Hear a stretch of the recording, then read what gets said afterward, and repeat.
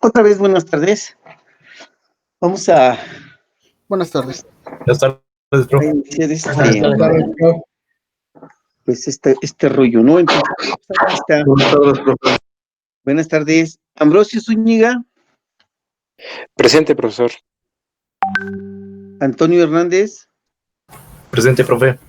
Arellano Bravo, Presente, profe.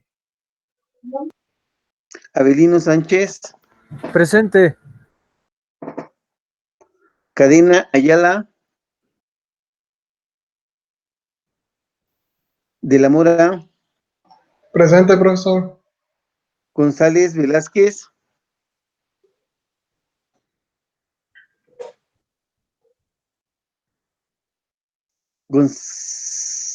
González Hernández, Presente, profesor. Hernández Cruz, Presente, profesor. Herrera Lomelí. Presente.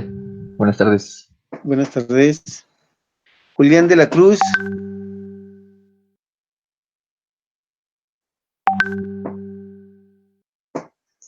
López Campiña.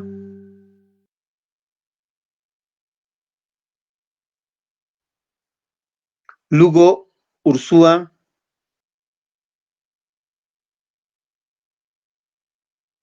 Martínez Bernal. Presente, buenas tardes. Buenas tardes. Mejía Maldonado.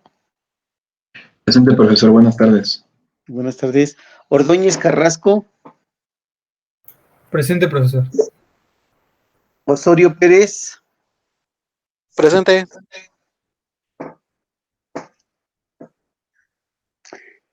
Pérez Hueyopan. Páez, profesor. Es Páez. Páez. Páez, perdón. Tienes razón. Páez. Te dije Pérez. Sí, profe. Pérez Gracias. González. Presente. Pérez González, ¿sí está?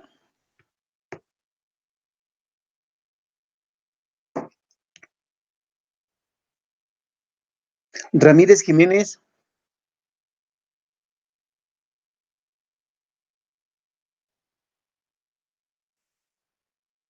Ruiz Ignacio. Presente, profesor. Buenas tardes.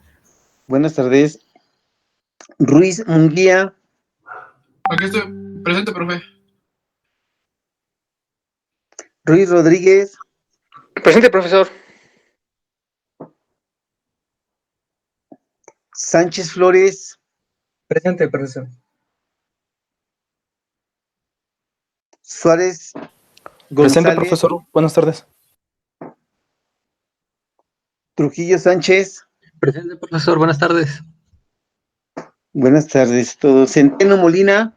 Presente, profesor. Sí, presente. Sí. Ok, ¿hay alguien que no haya pasado lista? Buenas tardes, profesor. Luis Ángel Lugo.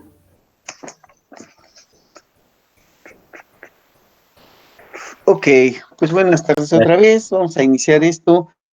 La intención de hoy, pues, es abordar el tema de la segunda revolución industrial, y la parte esencial, pues, tiene que ver con su exposición, ¿no? Entonces, pues, sin preámbulos, inicie el equipo que le toque exponer, por favor, y los demás, pues, ahí guardan preguntas, comentarios o lo que sea para participación, si gustan. Entonces, adelante, pues.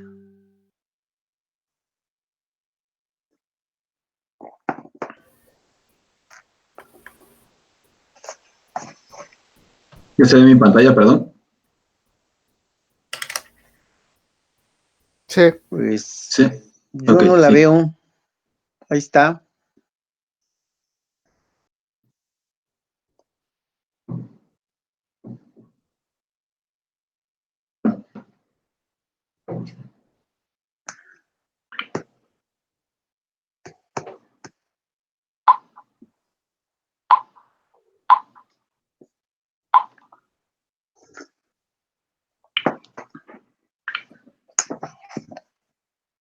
Bueno, buenas tardes, compañeros. Nosotros somos el equipo 4 y les vamos a presentar el tema 1.4 del temario que ya se nos ha asignado. El tema principal de esto es la segunda revolución industrial, y teniendo algunos enfoques en temas que llevaron a cabo todo este desarrollo. Nuestros integrantes son Abelino Sánchez, Ambrosio Zúñiga, un servidor, Mejía Maldonado, Ordóñez Carrasco y Ruiz Ignacio Alexandra. Adelante, compañero Irving. Sí, muy buenas tardes. Bueno, antes de que nada, las principales características que destacaron durante la segunda revolución industrial son las siguientes. Durante la segunda revolución industrial hubo un gran crecimiento en cuanto a tecnología, empezando las que mayor impacto tuvieron dentro del mundo de la segunda revolución industrial fueron las de los medios de transporte y la de la comunicación. La de los medios de transporte, se instauró la navegación de vapor, que poco a poco fue sustituyendo la navegación a vela, que era la que se utilizaba. El ferrocarril, que se utilizó para empezar a conectar los distintos estados de los países. Dentro de las ciudades hubo un gran crecimiento en las urbes, y se empezaron a instaurar tranvías eléctricos y metros subterráneos. Todo esto impulsó el crecimiento de las mismas ciudades y ayudó a que la población se pudiera desplazar mucho mejor de un lado al otro. En cuanto a la comunicación, destacó lo que viene a ser el telégrafo, los cables submarinos, la radiotelefonía, la radio y el teléfono. Todos estos avances tecnológicos juntos, tanto de transporte como de comunicación, ayudaron a que el comercio creciera en gran manera en todos lados prácticamente. Por ejemplo, la navegación de vapor hizo que las rutas comerciales marítimas fueran mucho más seguras y más confiables que con la navegación a vela. Los ferrocarriles ayudaron mucho al transporte de materias primas de un lado al otro, y con una mejor comunicación que empezó a existir gracias al telégrafo y al teléfono, empezó a hacer un boom en la unificación del mercado. Debido a la alta demanda del acero, por la construcción tanto de nuevos navíos basados en vapor y de las muchas vías de ferrocarril, el acero pasó a ser un recurso muy importante, por lo cual durante esta época se perfeccionó la producción del acero. También otra cosa que diferencia la segunda revolución industrial de la primera es que durante la segunda se estimuló mucho más la industria pesada, que viene a ser la mecánica, la mueblería, la fabricación de barcos, etc. Al contrario de la primera revolución industrial, que estaba mucho más enfocada en la parte textil y otro tipo de productos. También durante la segunda revolución industrial se descubrieron nuevas fuentes de energía, tal como el petróleo y la electricidad. Y pues en consecuencia a todo esto, pásale a la que sigue, compañero. Bueno, todos estos factores que existieron dentro de la segunda revolución industrial tuvieron consecuencias al final de esta. La principal es que el mercado se empezó a globalizar. Como empezaron a crearse nuevas rutas de comercio dentro de todo el mundo gracias a los nuevos avances tecnológicos, el mercado empezó a globalizarse. Al final de la segunda revolución industrial se firmaron tratados de libre comercio que permitían a las naciones empezar lo que hoy conocemos como la globalización. También el capitalismo se consolidó como el sistema económico global. Al final de esta segunda revolución industrial, el capitalismo fue el más predominante en todo el mundo. Entonces, debido a esto, todos los países empezaron a apostar por este sistema económico. Al igual, gracias a los avances tecnológicos, se mejoró la producción en las fábricas, tal como fue la fabricación en serie, lo cual hizo que se pudiera producir mucho más en menos tiempo y a menor precio. Obviamente esto repercutió dentro de la clase obrera, pero más adelante mis compañeros van a ser más específicos en todo esto. Igual, gracias a los nuevos medios de transporte, las ciudades empezaron a crecer y a modernizarse poco a poco. Y pues también debido a todo esto, la población empezó a emigrar con mucha más facilidad y con más ambición a las ciudades, enfocándose más a las actividades industriales que a las actividades agrícolas. Y pues como ya empezó a globalizarse todo y las empresas empezaron a tener mayor impacto, es aquí cuando estas empresas privadas empiezan a considerarse como un agente de presión incluso hacia los gobiernos o teniendo cierta afectación en la política. Y pues sería todo de mi parte. Muchas gracias, Irving. Una parte central de todo esto de la segunda revolución fue el imperialismo y el colonialismo que fue dado en la segunda mitad del siglo XIX y principios del siglo XX, que es de 1870 a 1914. Primero que nada, hay que hacer una diferenciación entre el imperialismo y imperialismo y el colonialismo, ya que muchas veces se suelen confundir y se da por hecho de que son la misma cosa. El imperialismo tiene como tal extender los terrenos de los países extender los terrenos como tal, no implica que estos vayan a ser colonizados. El colonizar es una cosa diferente. Lo que se busca es la extensión de tierras para poder tener una mejor viabilidad para el comercio y todo ese tipo de cosas. Es el dominio de los países industriales europeos en distintos territorios del mundo en los siglos, como ya lo mencioné, en el siglo XIX y en principios del siglo XX, a modo de conquista y colonización. Y el colonialismo es un control formal que ejerce una nación sobre otra, en la cual se explotan sus recursos. Se intenta hacer que la colonia sea dependiente económica, social y políticamente de la metrópoli. Un claro ejemplo de esto sería que el colonialismo tiene que ver más relacionado como si fueran los españoles hacia el descubrimiento de América. No solamente estaban buscando expansión de territorio, sino que también estaban inculcando la religión y tratar de expandirse con sus formas de pensar hacia acá y no solamente por terrenos. Las primeras causas del imperialismo fueron la búsqueda de materias primas para su explotación. O sea, el imperialismo conlleva al capitalismo y el poder de Europa ante todo ámbito, la expansión de la población de Europa por la expansión por la explosión poblacional, que esto es, como ya lo comentó mi compañero Irving, al tener una segunda revolución industrial, los habitantes de Europa tuvieron una mejor calidad de vida, y esto empezó a notarse, ya que hubo una gran explosión demográfica y empezó a crecer el número de habitantes. La necesidad de mercados y también un poco de nacionalismo fueron causas del imperialismo.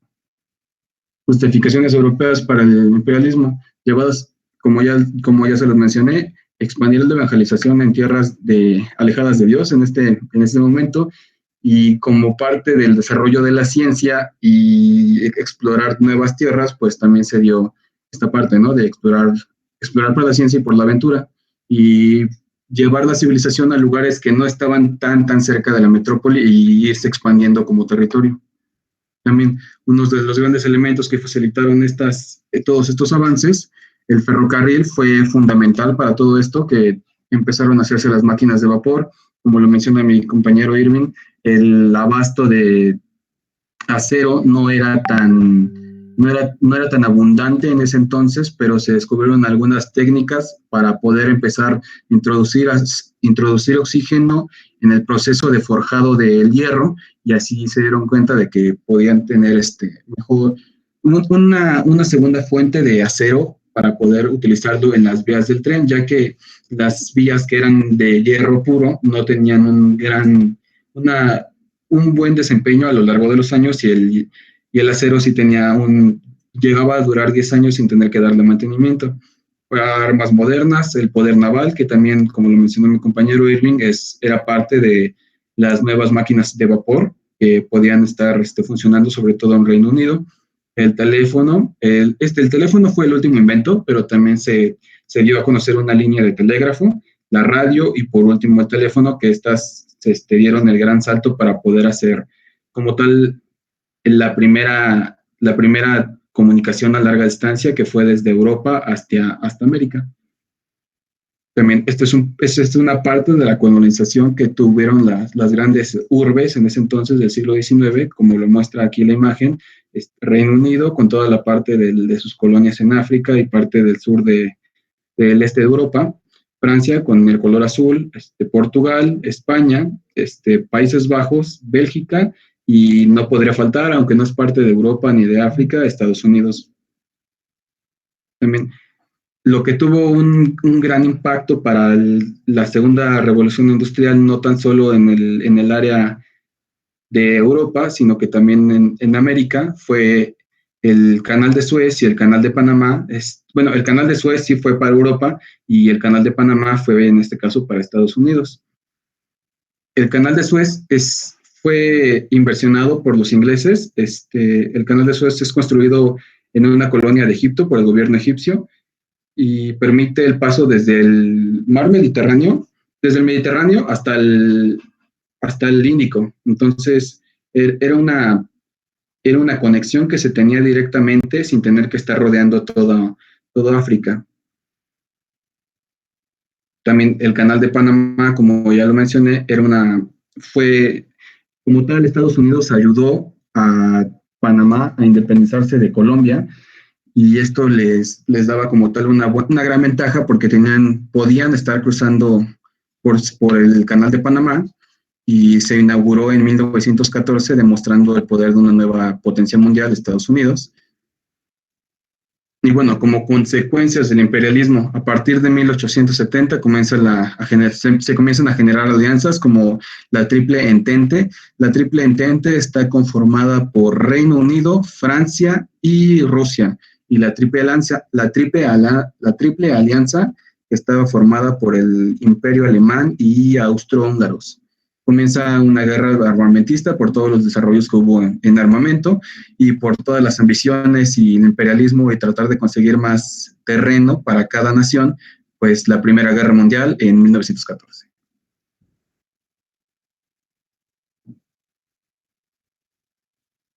Bueno, ahora el siguiente tema es la industrialización. Muchas gracias, Alan. Buenas tardes, compañeros. Ahora hablaremos un poco de la industrialización. Como ya lo había comentado mi compañero Irving, bueno, ¿pueden cambiar la diapositiva, por favor? Bueno, principalmente el mercado mundial se dividió en dos grandes grupos. Los países dominantes productores, que eran más industrializados y podían producir a través de materias primas de los países dependientes, que eran los proveedores de materias primas. Principalmente los dominantes industrializados eran países europeos y Estados Unidos, como lo mencionaba mi compañero Alan. Y pues los demás eran países de los que se obtenía la materia prima para los procesos industriales de los países dominantes. Siguiente diapositiva.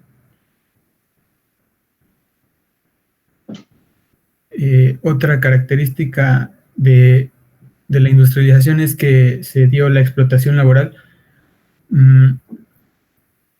principalmente pues jornadas de más de 12 horas, que pues no ha cambiado mucho actualmente, salarios insuficientes, que pues igual, y trabajo infantil, que pues se sigue viendo actualmente, ¿no? Algo que hay que destacar aquí, por ejemplo, es el movimiento obrero. Hay varios datos. Encontré dos fechas de 1789 a 1914, o de 1800 a 1914, que fueron movimientos en consecuencia de la explotación de los obreros y el desempleo. Se hicieron movilizaciones obreras y huelgas, principalmente apoyadas por sindicatos socialistas y anarquistas. Eso es en cuanto al movimiento obrero, y tuvo, digamos, que un auge reconocible el 1 de mayo. Se le conoce como la huelga de Chicago en 1886, que fue reprimida violentamente, y bueno, actualmente se celebra el 1 de mayo en memoria a esos trabajadores que perdieron la vida por demandar mejores condiciones laborales y una jornada, sobre todo una jornada de 8 horas de trabajo. Siguiente diapositiva, por favor. También, como mencionaba Irving, nuevas industrias como consecuencia de los inventos. La automatización de las máquinas permitió mejorar la competitividad, es decir, que empresas más industrializadas eran más competitivas, se llevaban la mayor parte de las riquezas, y también acelerar tiempos de producción, debido a que pues estaban industrializados, automatizando sus máquinas, y reducción de costos. Al no tener tanto personal, pues ya solamente mantenían las máquinas bien y podían producir más eficientemente y vender más. Siguiente diapositiva, por favor. Nuevas fuentes de energía también, ya lo había mencionado, en la primera revolución industrial, pues el vapor principalmente ayudó el dominio marítimo, las rutas comerciales principalmente, y la mecanización de algunos trabajos en la primera revolución. Esto también, como consecuencia, pues se elaboraron métodos para la extracción de petróleo, principalmente en el siglo XX, lo que favoreció la industria de los automóviles liderada por Henry Ford. Eso ya en la segunda revolución, y también principalmente en la segunda revolución hablamos de el desarrollo de la electricidad. Como ya sabemos, pues la bombilla de Edison y algunos otros inventos más, por ejemplo el telégrafo también estuvo en la segunda revolución, la radio de Marconi, que ya medios de comunicación masivos que se empezaban a dar también para llegar a más personas, los tranvías y metros eléctricos que funcionan con la electricidad. Y bueno, aquí también hay una pequeña imagen que habla de que en la primera revolución principalmente fue la mecanización, máquina de vapor, energía hidráulica y la energía hidráulica. Y en la segunda, que es de la que hablamos ahorita, pues se caracteriza por la producción en masa, cadena de montaje y la electricidad. Siguiente, por favor. Nuevos sectores de la producción. Esto tuvo su auge, como decía Alan, de 1870 a 1914. En varios sectores, por ejemplo, en la industria química se llegó a elaborar la dinamita, los colorantes, medicamentos y fibras artificiales como el nylon. En siderurgia, como decía Irving, o no, más bien Alan decía que se llegaron a elaborar metales, hierros reforzados que podían servir para transportes marítimos mejor adaptados. Estos metales también servían para mejorar el armamento que tenían en esa época, y principalmente esto tuvo un auge brutal, o bueno, un progreso demasiado destacable unos años antes de la Primera Guerra Mundial. En cuanto a la industria alimentaria, pues se pudieron hacer latas de aluminio esterilizadas o refris frigoríficos industriales, como el de la imagen azul, de fondo azul. Siguiente, por favor. Y bueno, otra de las características es la mecanización del trabajo.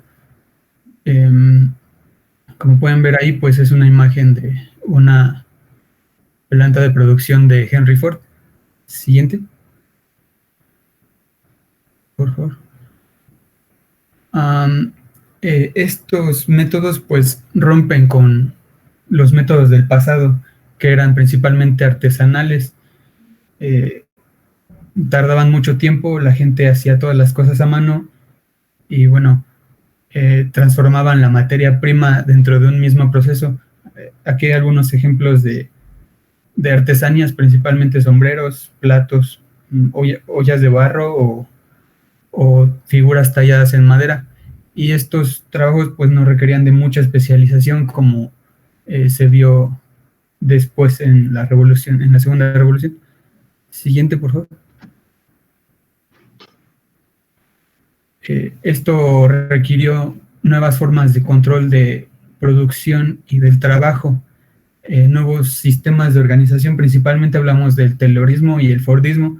También se habla de un tercero que le dicen o lo denominan Toyotismo, que principalmente pues se basó en la calidad de de los procesos de producción.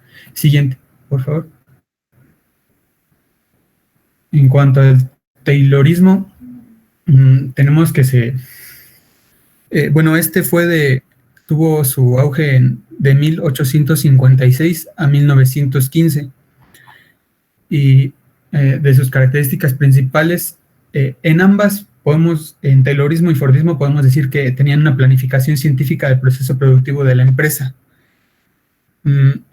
Esto significa que tenían un sistema de administración científica basada en leyes y principios. Por ejemplo, el Taylorismo se concentraba más en dar incentivos a sus trabajadores de acuerdo a su eficiencia. Y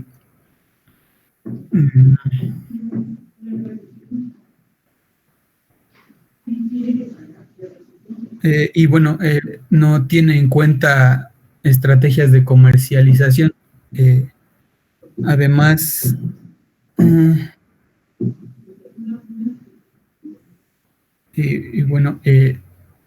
también se centraba en eliminar pasos innecesarios para reducir costes. Siguiente, por favor.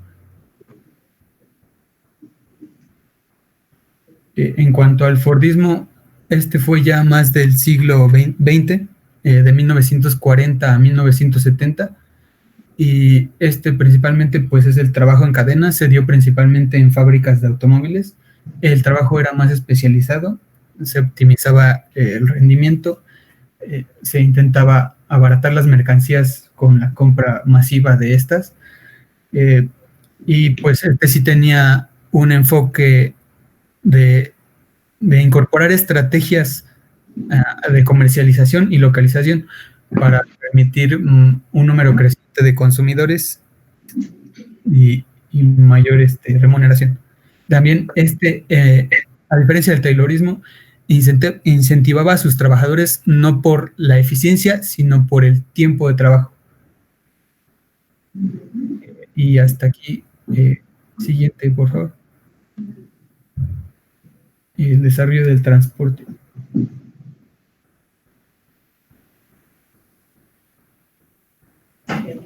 Sí, buenas tardes, profesor, compañeros. Yo voy a profundizar un poquito más sobre lo que es esta parte de la tecnología.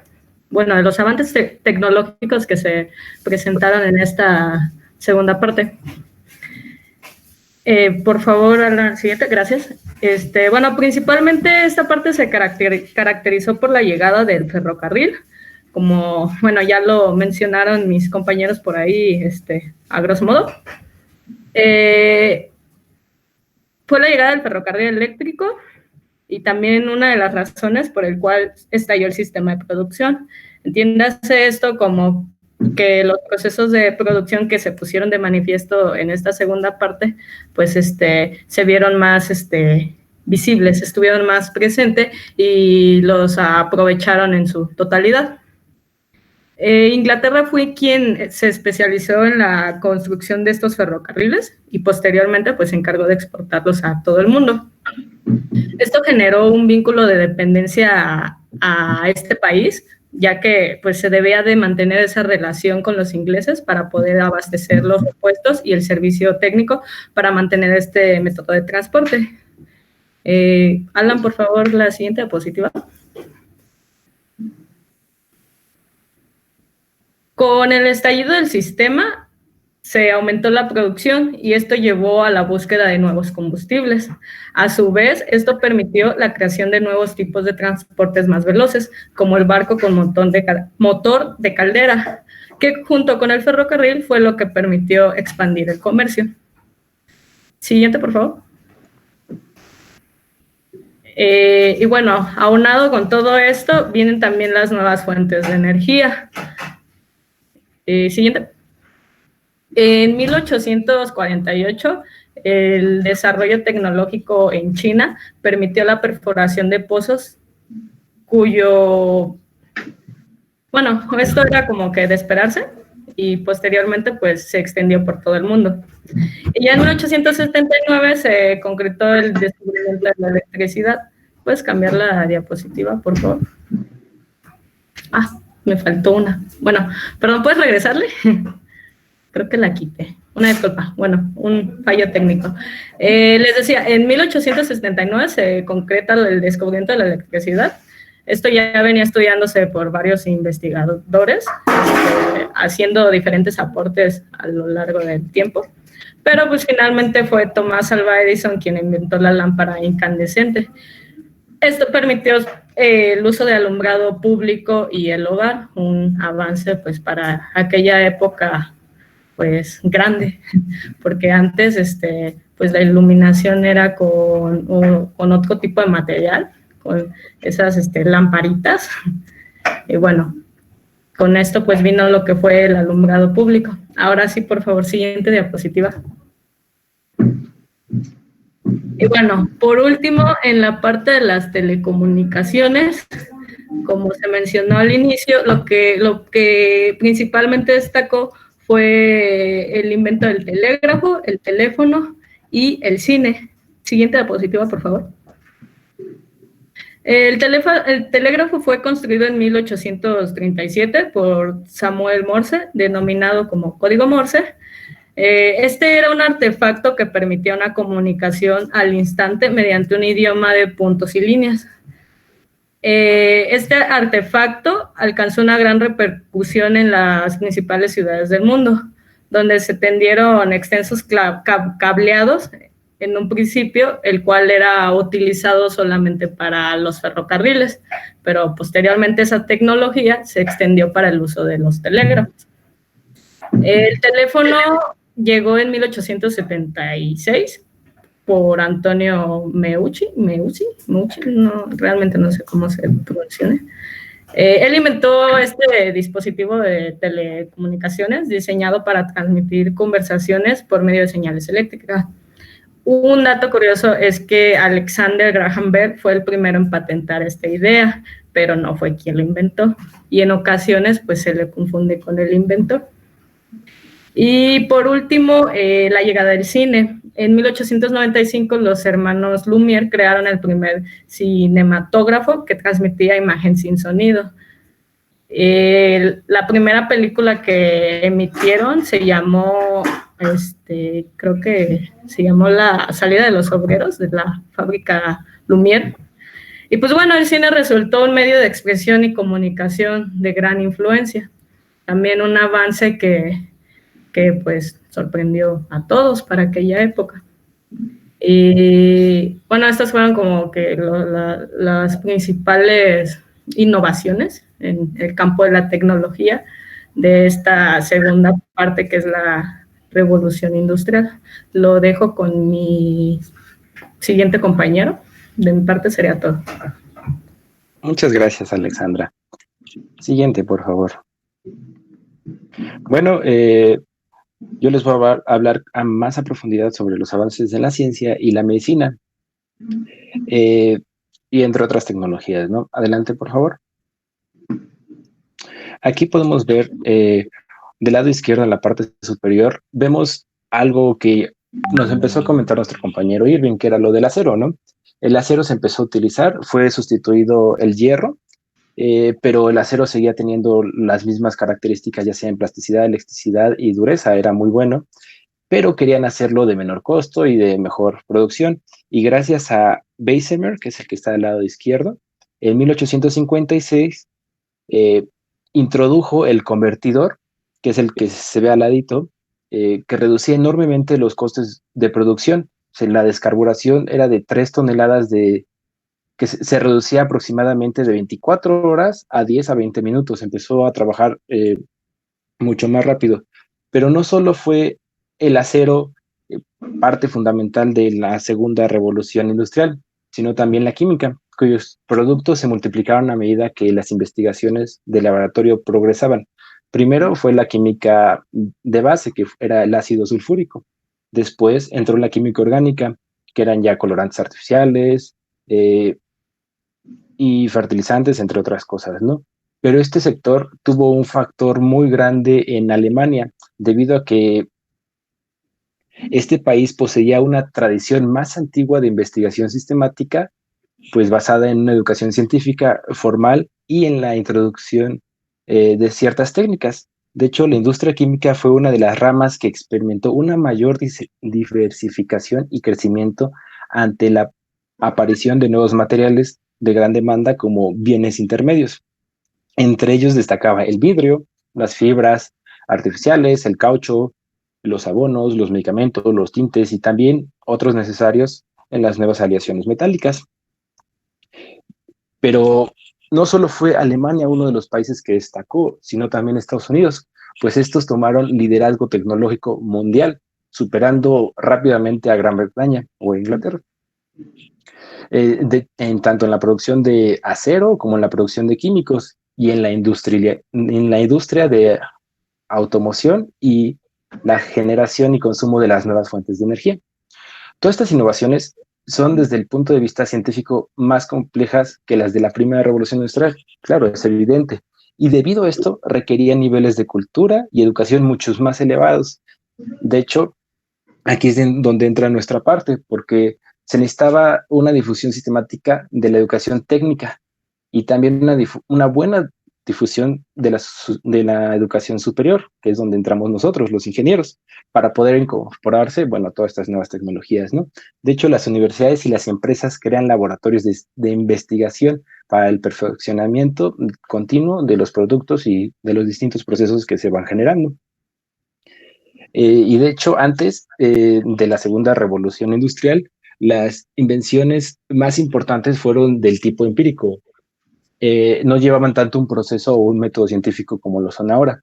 Ya después, a partir de 1850, el papel de la ciencia como asistente de la tecnología fue muy importante. Un buen número de tecnologías, desde la energía hidráulica hasta la industria química, dependieron o estuvieron inspirados por los avances científicos. Eso no significa que se redujera la cantidad de avances tecnológicos puramente empíricos. Pero, a ver, siguiente compañero, por favor. Aquí les muestro a grandes rasgos cómo fue la línea del tiempo con respecto a los científicos y los inventos que fueron haciendo, pero los vamos a ir tomando un poquito más a profundidad. Siguiente, por favor. Aquí podemos ver a James Clerk Maxwell, que fue el que hizo la teoría del electromagnetismo en 1865. De hecho, durante varias décadas se creyó que las leyes de Newton explicaban todo, pero en el siglo XIX las aportaciones de Maxwell, sobre el electromagnetismo y el comportamiento de la luz llevaron a la conclusión de que esta no era solo un objeto, sino un campo electromagnético, y esto fue un gran avance. De hecho, de aquí se partió la mayor parte de todo lo que ahorita contiene luz eléctrica. Después, siguiente diapositiva, por favor. En el campo de la biología, tuvimos a Charles Darwin con la teoría de la evolución, que es lo de la selección natural, en 1859. Este investigador inglés desarrolló esta teoría y postuló que todas las especies provienen de ancestros comunes y que las especies evolucionan por un proceso que lo llamó selección natural. Siguiente, por favor. Y en la parte de la patología tenemos a Louis Pasteur, que fue microbios y enfermedades en el tiempo de 1864 a 1865. Luego de haber observado las diferentes enfermedades del gusano de seda, sostuvo abiertamente que las enfermedades tenían su origen en la acción de los microbios, aunque pues como en ese tiempo pues, no todo era tan fácil de creer, muchos médicos la consideraron como algo difícil de comprobar, pero él tuvo la capacidad de comprobar su teoría y sus investigaciones lo ayudaron a desarrollar tanto vacunas para la difteria y la rabia, entre otras. Después, siguiente por favor, tenemos a Joseph Lister, que él fue el que hizo la asepsia en 1865. Bueno, él aplicó la teoría bacteriana de las enfermedades y su cirugía. En aquella época, por las malas condiciones higiénicas que se practicaban las cirugías, había muchos fallecimientos debido a los gérmenes. Siguiente, por favor. Después, en el área de la química, tenemos a John Dalton, con su teoría atómica en 1803. Él planteó que las moléculas están formadas por átomos, lo que dio como resultado la primera tabla de pesos atómicos que se pueden ver del lado derecho. Siguiente, por favor. En este mismo campo tenemos a Dmitri Mendeleev y Julius Lothar, que fueron los que hicieron la tabla periódica en 1869. Después, en el campo de la astronomía, tenemos, siguiente por favor, tenemos a William Herschel, que fue la observación de nebulosas en 1781. Los avances tecnológicos de la astronomía permitieron que William hiciera observaciones de nuestra galaxia, en particular, de las nebulosas, y el plano de nuestra galaxia se amplió aún más. Siguiente, por favor. De hecho, todos estos avances en la ciencia tuvieron una gran incidencia en toda la visión que se plantearon entre el siglo sobre los seres humanos y la sociedad. En el siglo XIX, los avances y descubrimientos científicos fueron aprovechados para mejorar los niveles de vida para la población, como fue el caso de las vacunas y los métodos antisépticos. También se desarrollaron nuevas formas de comunicación a partir de la teoría del electromagnetismo, como lo vimos con Maxwell, como el telégrafo, el teléfono, la lámpara incandescente, el tranvía y la radio.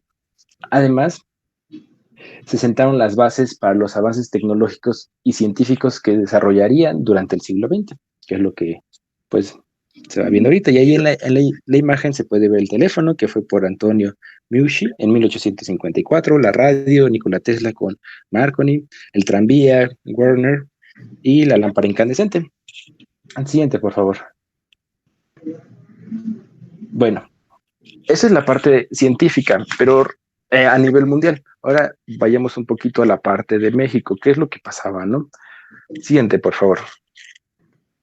Para empezar, primero, ¿qué es el porfiriato? Se conoce como el porfiriato a un periodo en la historia de México durante la cual la nación estuvo bajo el control férreo y autoritario del militar oaxaqueño José de la Cruz Porfirio Díaz. Dicho periodo fue la clave en el devenir histórico mexicano, especialmente como preludio a la célebre Revolución Mexicana. Todo el mundo pues sabe un poco sobre la Revolución Mexicana, ¿no? Pero vamos a ver el antes de la Revolución Mexicana. Y bueno, este duró entre el 28 de noviembre de 1876 y el 25 de mayo de 1911, fechas en que el caudillo Porfirio Díaz inició su mandato presidencial y en el que abandonó el poder huyendo a Francia. De hecho, como datos curiosos, Porfirio Díaz tenía mucha influencia francesa. De hecho, por eso así está diseñado Bellas Artes. De hecho, contrató un arquitecto que creo que era de allá, o algo así yo había leído. Pero bueno, siguiente, por favor. Pero bueno, empezamos a hablar un poquito más al respecto de esta fase de México, porque tenemos que decir que el porfiriato fue una etapa particularmente difícil en la vida política mexicana, pues dado que un único jefe político gobernó de una forma muy dura, o con puño duro, como algunos dirían. Incluso cuando la presidencia de la nación fue ocupada durante 4 años por otro militar, el general Manuel González, y ahí se ve, el general Manuel González se ve del lado derecho. Incluso cuando él gobernaba, fue Porfirio Díaz quien controlaba lo que él hacía, controlaba pues, los hilos del poder, y de hecho hizo que retomara abiertamente el mandato. Por eso solo estuvo 4 años. Pero bueno, siguiente. Por favor. Bueno, dentro de las características de este periodo tenemos que mencionar primero la creación de universidades, que en este caso sería nuestra universidad hermana, que es la UNAM, y el pago de la deuda externa, pero también decir que los pueblos indígenas fueron despojados de sus tierras y explotados, entre ellos fueron los mayas en Yucatán. Los obreros eran explotados por parte de los capitalistas, recibiendo sueldos bajos que no cubrían sus necesidades básicas. De hecho, fue cuando salieron las tiendas de raya, que empezaron a tener más deudas que lo que ganaban. Además, estuvo marcado por el egoísmo y autoritarismo de Porfirio Díaz, con el que realizó sus labores del gobierno, y también es importante mencionar la desigualdad extremadamente marcada entre la clase acomodada y la clase vulnerable, que eran pues, los obreros. Otra característica de esta etapa es que se crearon caminos, carreteras y líneas férreas que modernizaron el país, pero hay que recordar que el objetivo fundamental era que México fuera un importante exportador de materias primas, a pesar de que el avance económico iba progresando, la calidad de los obreros jamás mejoró. Y por último, decir que no existe la libertad de prensa y los opositores eran duramente perseguidos y reprimidos. De hecho, más adelante hablaremos un poquito de eso. Pero bueno, empecemos con las etapas. Siguiente, por favor. La primera etapa es donde él empieza en su mandato. Se trata de una fase que Díaz intentó dar como una estabilidad al país y consolidar su gobierno. Formó un equipo de confianza y puso como cierto orden y progresó dando los objetivos de la los objetivos nacionales. También en esta etapa, aunque el objetivo era bueno, no estuvo exento a las polémicas, ya que el porfiriato no dudó en recurrir a la violencia y a la represión contra todos sus opositores, incluida la prensa. La segunda etapa, esta etapa fue una buena etapa para el país económicamente. La etapa alcanzó hasta los primeros años del siglo XX. La economía fue la principal base del gobierno. Fomentó la modernización de la minería, de la agricultura y del comercio. Empezaron a llegar inversiones millonarias desde el exterior y el costo fue que, bueno, muchas de esas inversiones pues compraban las compañías, ¿no? Como ya eran las compañías mineras o la construcción del ferrocarril, telefónicas, telegráficas. Y otra parte de la segunda etapa, durante este periodo, o sea, se acrecentó el autoritarismo de Díaz. Opositores, prensa y líderes obreros fueron arrestados. Los episodios más extremos de represión se dieron contra los yanquis y contra los huelguistas de Canea y Río Blanco. Y en la tercera etapa, que fue la última del porfiriato, fue donde ya empezó a ralentizarse toda la economía. Se empezó a hacer más lento todo eso y ya había personas que estaban cada vez más inconformes. Esto dio pie a que llegara la crisis del porfiriato, donde empieza a dar señales de debilidad a inicios del siglo XX. Factores como la agitación social, la ralentización económica, como les decía, y aumentaron los descontentos. Por tal motivo, Porfirio Díaz, aquí es donde Porfirio Díaz le da la oportunidad a alguien más que se elija como presidente, pero al ver, de hecho el que se postuló como presidente fue, ¿cómo se llama? Se me fue su nombre. Fue Madero.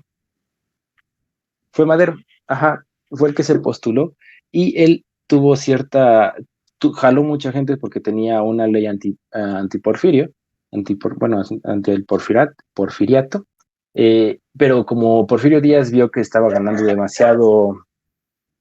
demasiado pues auge, tenía mucha gente y muchas personas que lo apoyaban, lo empezó a encerrar, empezó a meter a la cárcel a todos los que creían en él e incluso a él. Después él se escapó y fue cuando sacó el Plan de San Luis, que en su discurso desconoce a Porfirio Díaz como presidente y estimula a que todos los mexicanos, al alzarse contra él, y fue cuando empieza la revolución el 20 de noviembre. Y bueno, de mi parte sería todo. Gracias. Era lo de Francisco Madero.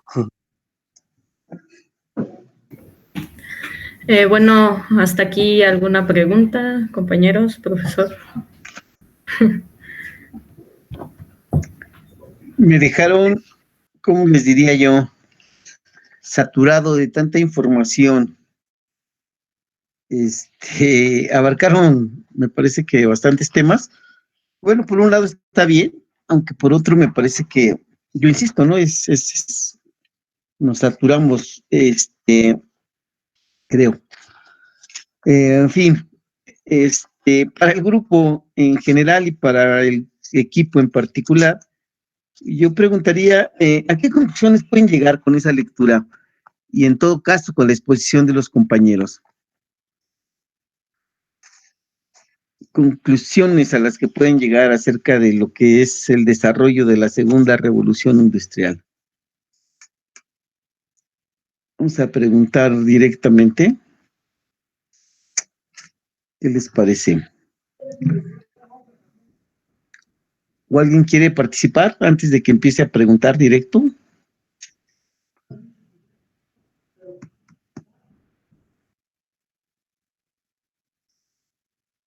Ok, cadena Ayala, Mario.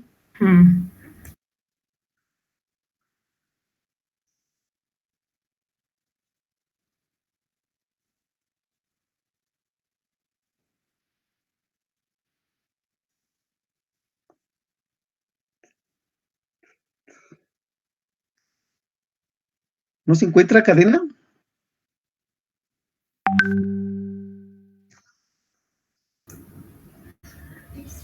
Ok, tiene falta. González Hernández Iván. Presente, profe. Adelante, González, ¿qué nos puedes decir como conclusión?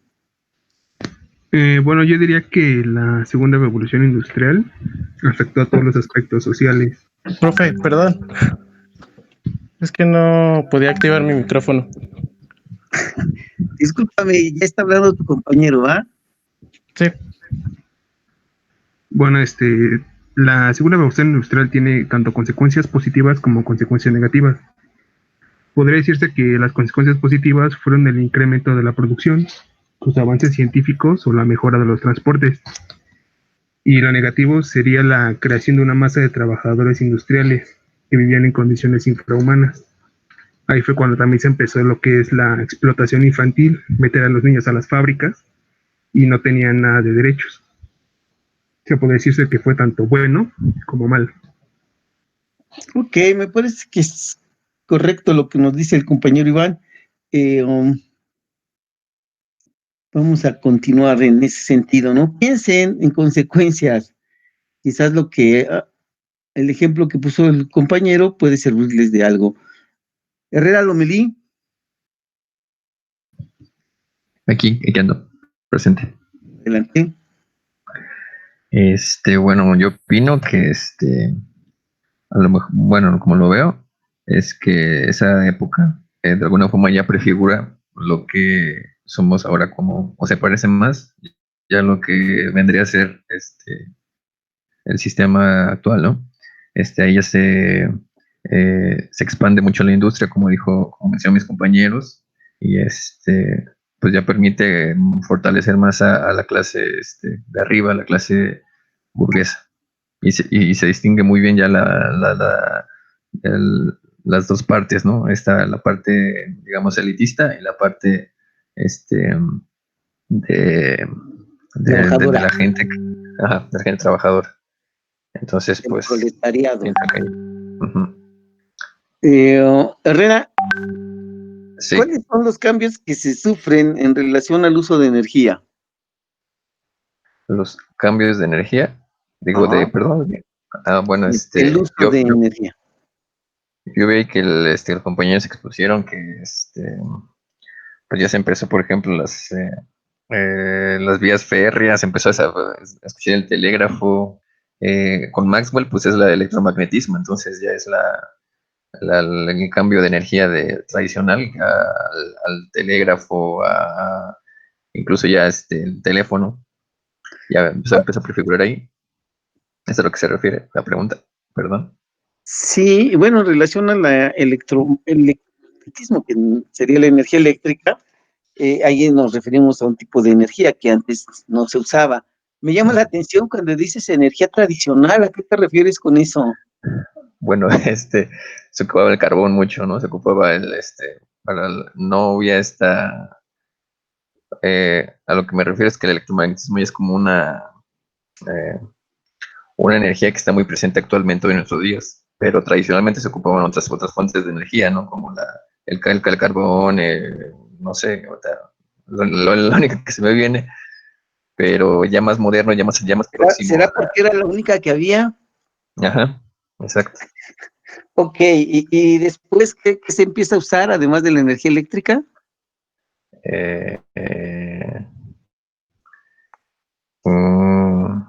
Déjame ver.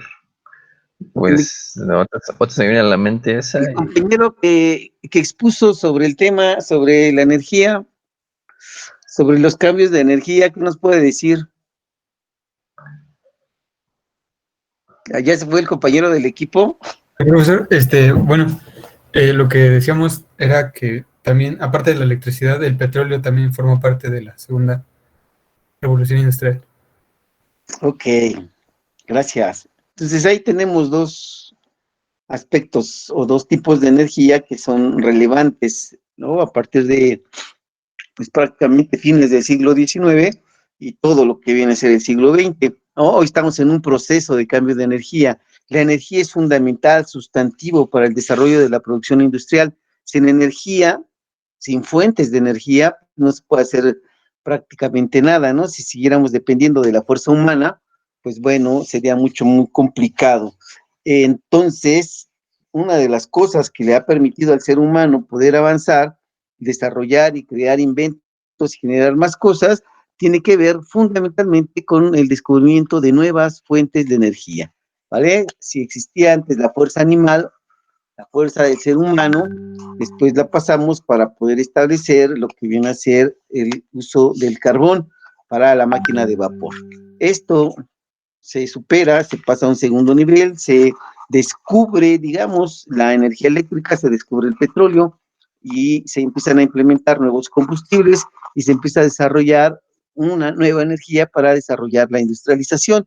Algo sumamente importante va a ser después, yo creo que hoy en día, ¿no? Todo lo que son lo que llamamos energías limpias, ¿no? O nuevas energías, y que finalmente entra en el rollo de lo que nos decía el compañero Iván, en relación a que hay aspectos positivos y negativos. Como ustedes saben, el petróleo fundamentalmente y la producción de energía eléctrica producen pues una sobresaturación, digamos, ¿no? De todo lo que significa la contaminación. Entonces, todo este proceso, toda esta condición de lo que significa el uso de energía, de verdad es central que la tengamos clara y que la entendamos para saber por qué caramba se genera lo que viene a ser esto que se llama la segunda revolución industrial. Otro de los factores que resultan fundamentales, o otro de los conceptos que desafortunadamente no manejaron los compañeros, pero que se supone que pues, todo mundo leyó para hacer un control de lectura, tiene que ver con un concepto que se llama eslabonamientos económicos. ¿Alguien me pudiera decir de qué se trata eso? Eslabonamiento económico.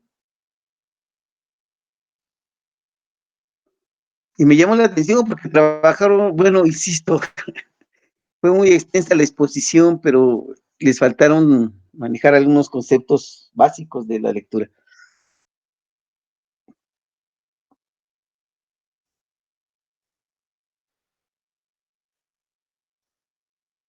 ¿Nadie?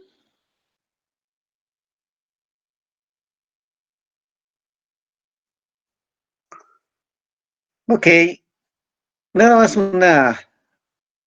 pues un breve análisis sobre el asunto, ¿no? Espero que lo revisen y lo recuperen. Los eslabonamientos económicos tienen que ver con la generación de un producto, de un descubrimiento, de un hallazgo, que genera toda una serie de actividades para que se pueda seguir produciendo y que de repente, digamos, que se echan de una industria y esa industria arrastra la generación de nuevas industrias, arrastra la generación de muchos empleos y muchas ramas de producción y de comercio que están en torno a esta industria, ¿no? El ejemplo que ponen los autores, y por eso resulta tan importante el ferrocarril, es que cuando se desarrolla el ferrocarril, pues lo primero que impacta, obviamente, es lo que decían sus compañeros, el comercio, ¿no? Entre más vías de ferrocarril hay, entre más kilómetros de vías existen, entonces pues hay mayor forma de cómo distribuir mucho más rápidamente todo lo que se significa comercio. Y dentro de este esquema, ¿qué se necesita para generar comercio? Perdón, para generar ferrocarriles. Antes que nada el hierro, ¿no? Y el hierro va a ser un factor decisivo para que se pueda producir el acero. Y producción de acero va a generar después toda una serie de ramas en lo que es la metalurgia, que es impactante, ¿no? Es decir, el descubrimiento y el uso que se le está dando al ferrocarril empieza a desarrollar o hace que se desarrollen nuevas industrias y nuevas ramas en todo el contexto, ¿no? Que se sigue explotando de manera pues bastante importante todo lo que es el asunto de la madera, ¿no? Para hacer los tendidos de vías, pues se necesita madera.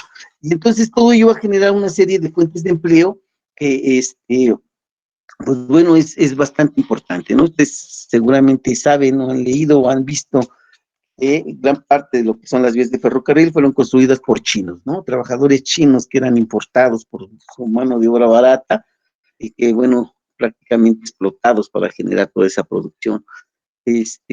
Pero yo insisto, acá lo interesante, lo importante es toda la mano de obra que se está ocupando y toda la serie de productos. Ahora bien, cuando se instala alguna empresa, cuando se instala una estación de ferrocarril, por lo regular lo que se genera en torno a él siempre va a ser una pequeña ciudad, ¿no? Un pueblo, etcétera. Es decir, las estaciones de ferrocarril van a generar este proceso, de lo que conocemos como colonización, y va a generar que entonces estos pueblos crezcan y se desarrollen para generar pues mucho más comercio, mucho más producción económica, y bueno, la gente que está ahí para estar trabajando. No sé si me de entender, y de esta forma se van generando miles de cosas. Lo mismo va a generarse cuando se produce el motor de combustión interna, ¿no? Cuando se empieza a producir el primer automóvil y se dan cuenta de las posibilidades que existen, todo el mundo quiere entrarle a la industria de la automotriz y todo el mundo quiere desarrollar su propuesta, ¿no? Y bueno, los que tienen recursos, obvio, y creatividad, ingenio.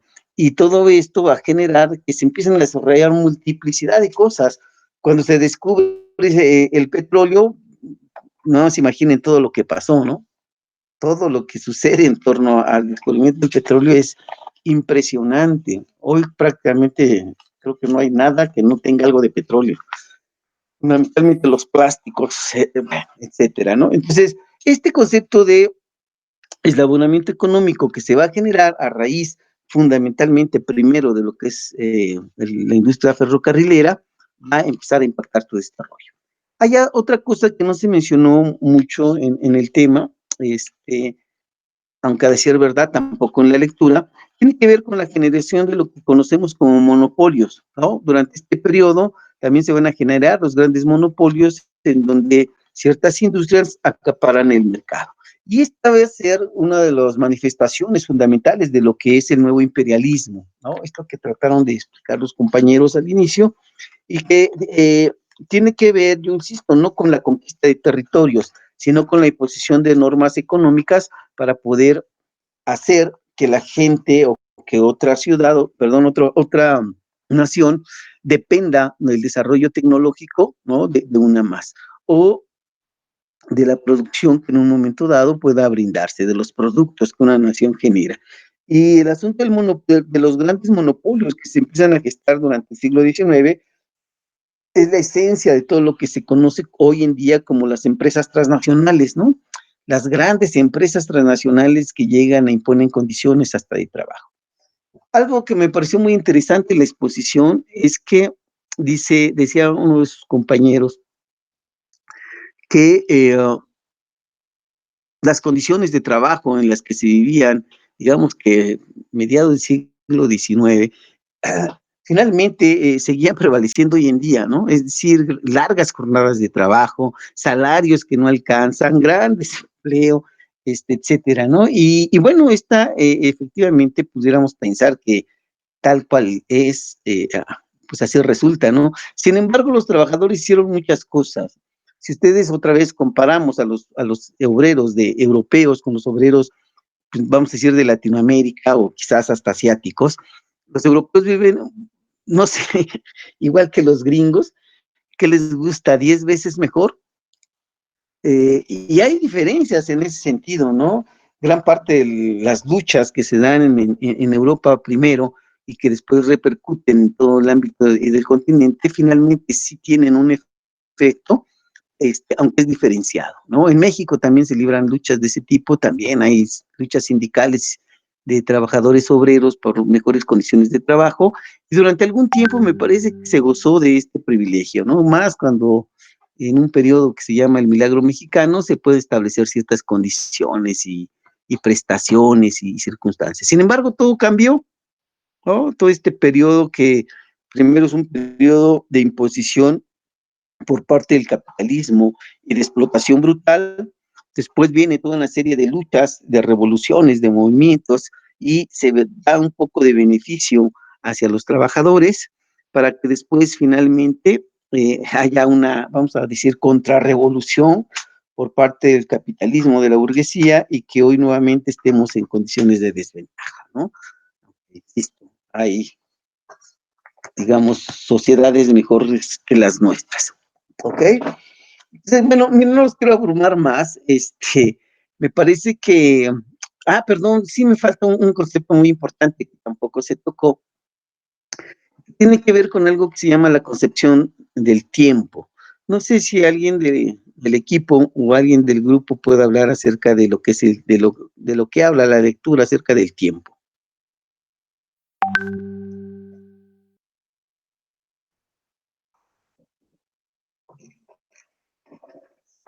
¿Están cansados? Un poquito. Imagino.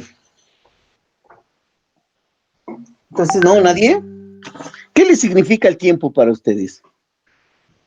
Creo que era sobre que el tiempo empezaba a tener un valor sobre el tiempo de producción y eso le daba más valor hacia lo que se producía. Ok. Entre más rápido se produce, más pronto sale al mercado y entonces más pronto salen las ganancias. Esta viene a ser como que la lógica que se establece. Pero hay una circunstancia que resulta vital. El tiempo, ¿existe el tiempo? Ustedes que son ingenieros deben de saber. Según yo, no. No.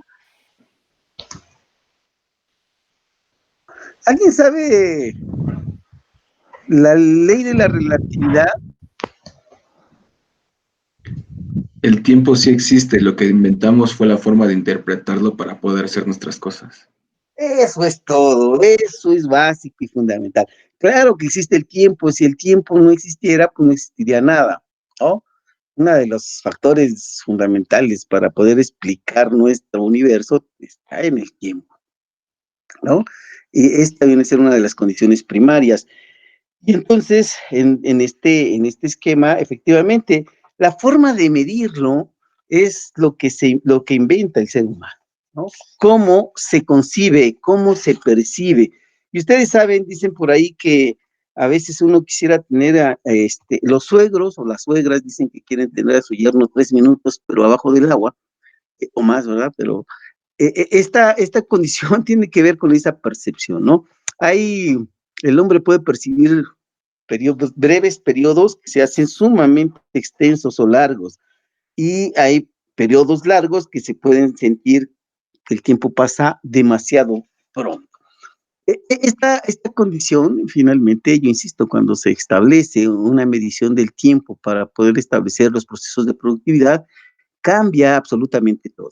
Pero lo que más cambia tiene que ver con los procesos del desarrollo de las comunicaciones. Primero con el de los transportes, ¿no? No voy a hacer mucho énfasis en eso, pero obvio, es más fácil o más rápido viajar en tren que viajar en caballo, o en burro o andar a pie, ¿no? Es más fácil andar en automóvil o más rápido, bueno, hasta cierto tiempo, ¿no? Cuando se inventa el tren bala, pues eso pasa a segundo término, pero era más rápido viajar en automóvil. Lo que sí es más rápido que viajar en todo esto va a ser los aviones, ¿no? Bueno, en fin, acelera el tiempo de todo este proceso. Hay motores más rápidos, se genera mucho mayor circunstancia. Y yo esto utilizado para el asunto del mercado, pues acelera absolutamente todo. Dice por ahí que el tiempo se acelera, ¿no? Se acortan distancias y esto hace que pareciera que el tiempo pasa más rápido y se van generando cosas. Lo que sí es un hecho es que cuando se crea todo esto, se establecen lo que son, lo que llamamos como meridianos, ¿no? Y que a partir de ellos se establece una hora horaria a nivel mundial. Y esto unifica criterios. ¿Y por qué eso es importante? Porque, bueno, va a establecer en muchos sentidos cómo se maneja el mercado a nivel mundial y tiene que ver en un contexto hoy en día financiero como ustedes no tienen idea, ¿no?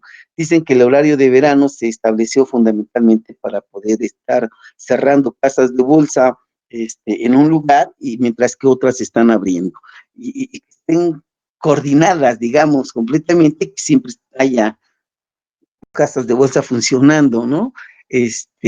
Obvio, los que tienen casas de bolsa en todos lados o intereses en todos lados, pues para ellos es fundamental. Para nosotros, pues bendito Dios, yo creo que no nos interesa mucho.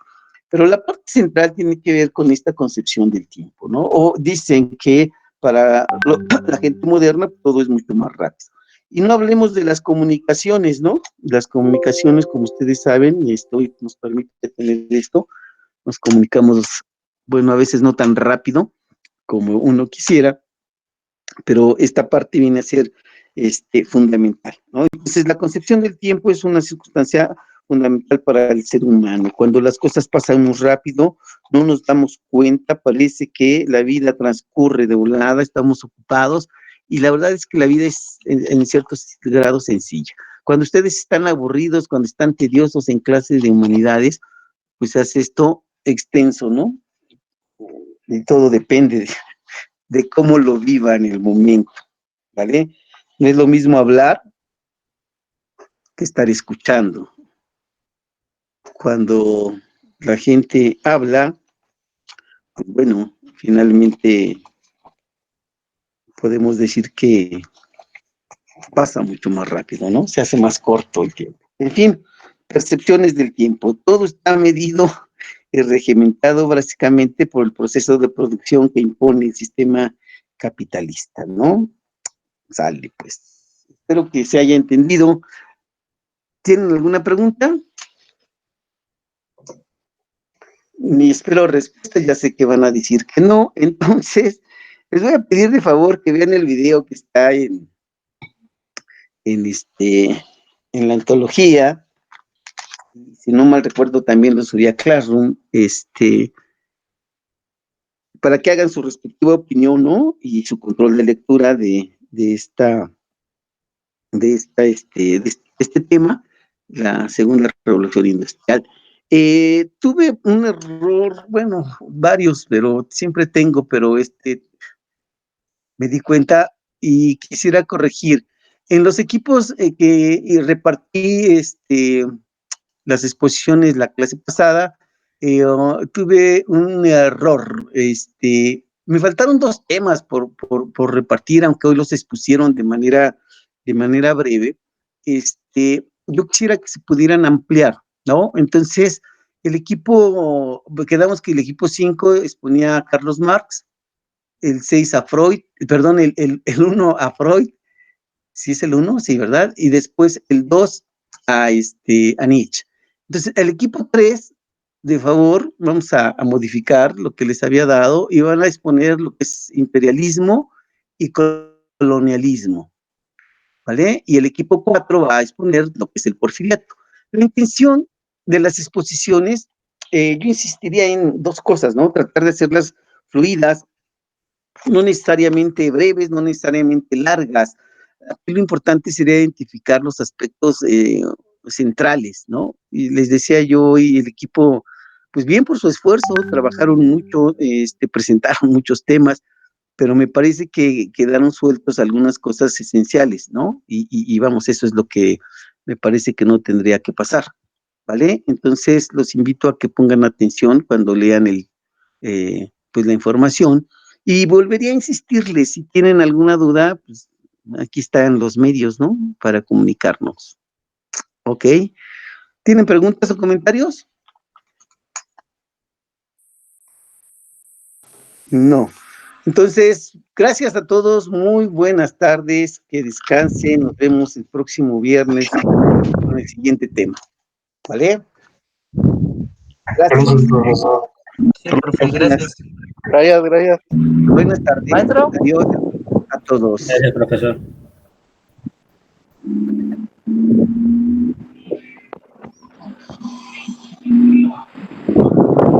Maestro, nada más quería comentarle que tuve pequeños problemas para... Ya se fue.